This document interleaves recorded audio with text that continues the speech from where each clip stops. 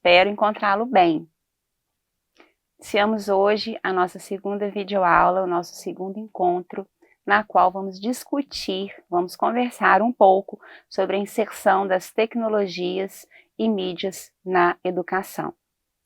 Lembra, em nosso último encontro, que nós conversamos sobre o papel das tecnologias ao longo do desenvolvimento civilizatório? Então, observe que, considerando-se que as tecnologias sempre estiveram presentes na vida do homem, elas também sempre estiveram presentes em contextos educacionais, educativos, certo? Tendo em vista que qualquer objeto, qualquer recurso utilizado pelo professor ou qualquer outro mediador pode ser considerado tecnologia. Contudo, no encontro de hoje e a partir dos nossos próximos encontros, nós vamos conversar sobre recursos tecnológicos e midiáticos na educação a partir das tecnologias de informação e de comunicação criadas e aperfeiçoadas ao longo do século XX até os dias atuais no século XXI. Combinado? Vamos nessa? Então, nesse sentido, as tecnologias, esses recursos tecnológicos e midiáticos, eles são inseridos em contextos educativos na década de 20, no Brasil, no caso. Exatamente em 1923, Roquete Pinto cria um projeto, o professor Roquete Pinto, ele cria um projeto para a inserção de uma rádio educativa em escolas no Rio de Janeiro. E então nós tivemos o início da inserção do rádio na década de 20 e lá por volta das décadas de 50 e de 60 do século 20 nós tivemos a inserção da televisão na educação. Vou fazer um parêntese aqui e peço para você anotar isso aí, pelo menos na sua mente. Estamos aqui entendendo mídias como recursos de informação e de comunicação, né, que intermediam nossa formação no mundo e nos possibilita acessar informações tais como jornal, rádio, televisão, o antigo videocassete, né, e dentre tantos outros. E lembrando também que atualmente vivemos um contexto hipermediático, né, tendo em vista o diálogo entre diversas mídias. Iremos abordar isso mais para frente, tá? Bom, no contexto da inserção dessas mídias, rádio, televisão, é importante que você saiba, né, reconheça qual pedagogia subsidiou, né, a inserção desses recursos midiáticos na educação. E a pedagogia que subsidiou a inserção do rádio e da televisão na educação, no geral, claro, porque nunca nós temos uma única concepção sobre o mundo e, portanto, sobre a educação em um determinado momento histórico, mas sempre com concepções convivendo, mas eu falo, a concepção hegemônica foi a denominada pedagogia liberal tradicional. Essa pedagogia liberal tradicional, ela foi e é baseada no behaviorismo. Você já ouviu falar sobre o behaviorismo? Muitos chamam de comportamentalismo, teoria comportamental. Eu vou te contar uma historinha, mas antes disso, observe esta imagem.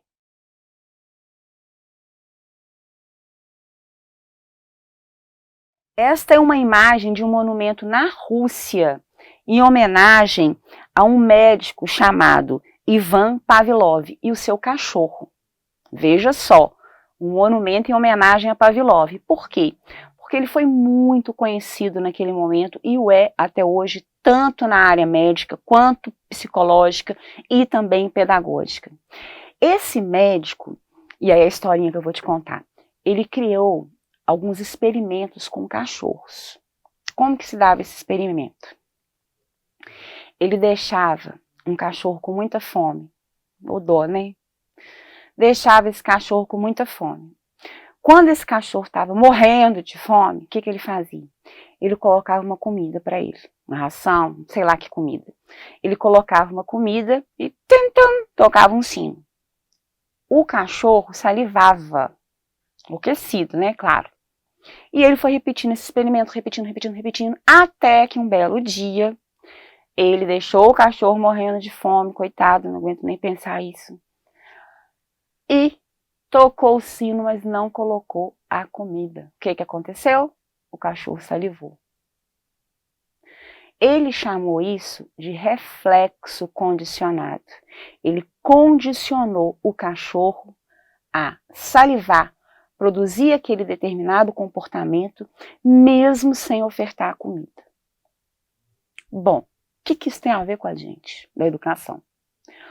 Um psicólogo norte-americano chamado Skinner decidiu reproduzir esse tipo de experimento com humanos, entendendo que a produção de determinados reflexos, de determinados condicionamentos, poderia também ser aplicada em humanos.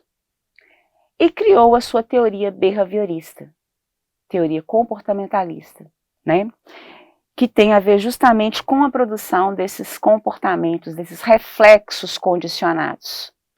Essa teoria teve forte influência na educação, teve e ainda o tem. Como que essa teoria se manifesta na educação? E eu peço que você pense, acesse sua memória de curto, de médio ou de longo prazo e tente reconhecer alguma experiência educativa nesse sentido.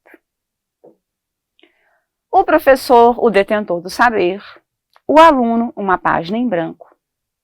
Esse professor atribui tarefas aos alunos para que eles aprendam determinados conteúdos escolhidos por ele, pelo sistema.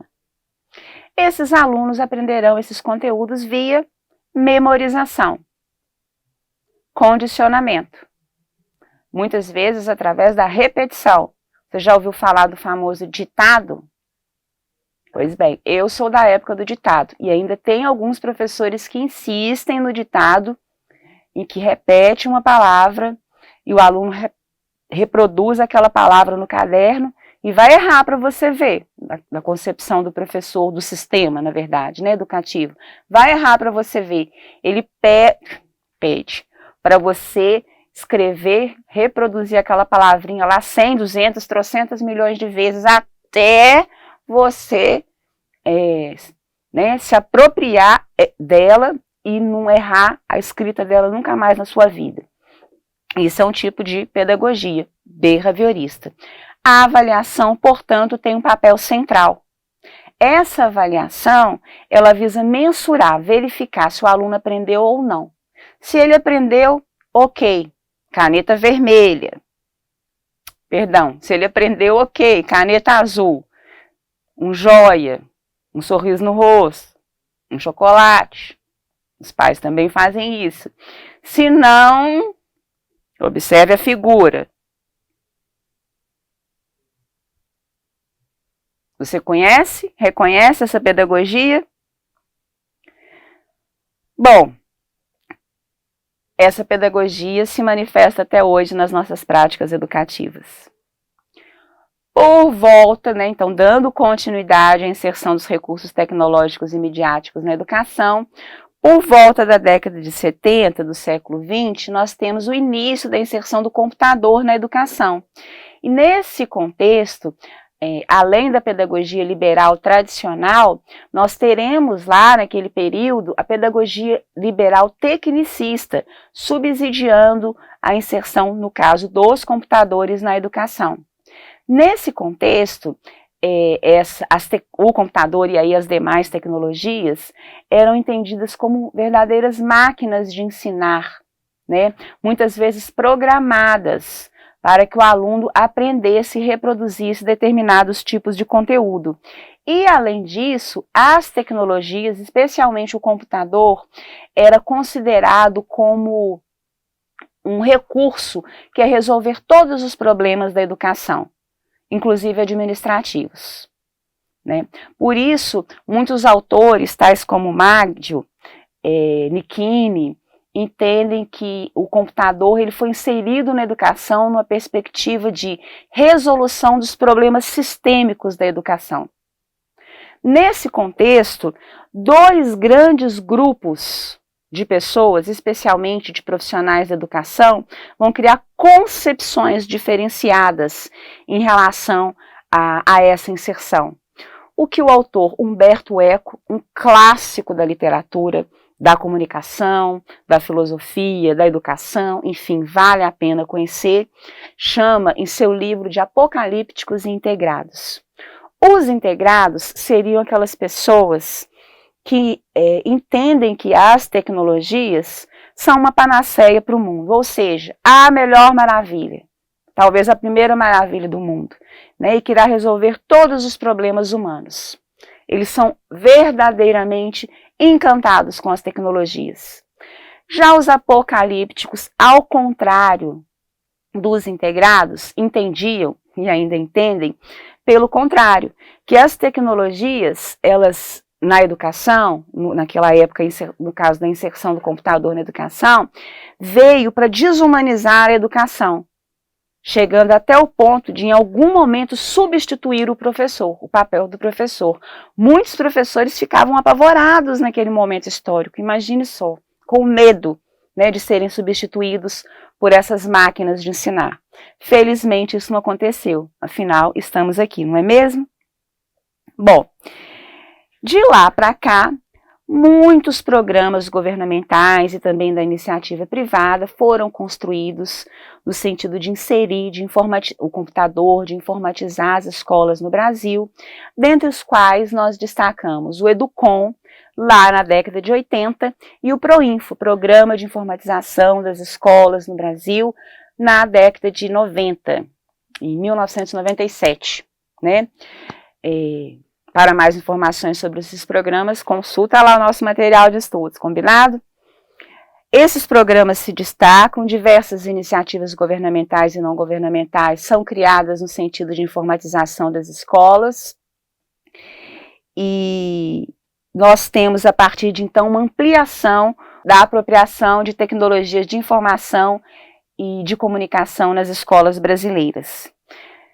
Nesse sentido, a título de reflexão, observe a charge que eu trago para você.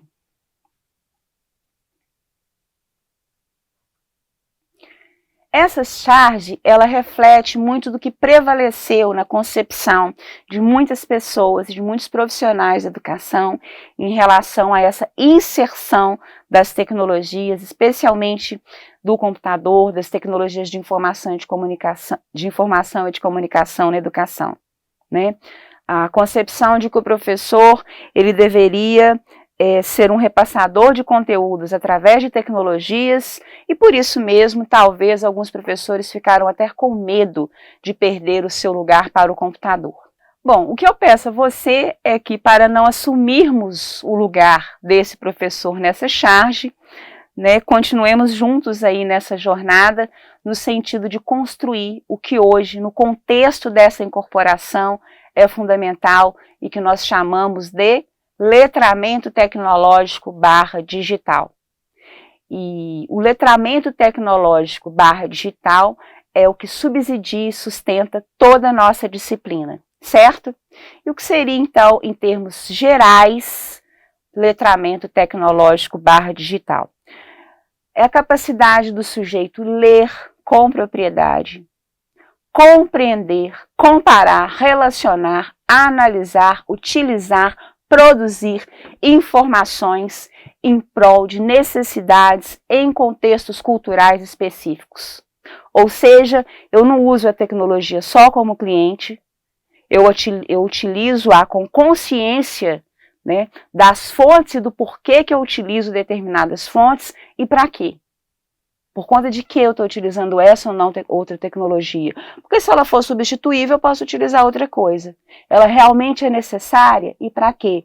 Especialmente em contextos educativos, certo? Bom, já chegando ao final desse nosso segundo encontro, eu gostaria que você refletisse sobre essa inserção das tecnologias na educação e demais recursos midiáticos a partir dessa concepção behaviorista que eu apresentei para você, porque ela realmente é muito presente até os dias de hoje. E a nossa disciplina, ela busca romper com essa pedagogia tradicional de modelo comportamentalista no uso das tecnologias na educação, certo? Espero que você esteja comigo, espero que a gente assuma isso junto. Então, me acompanhe e me espere em nosso terceiro encontro. Combinado? Até a nossa próxima videoaula.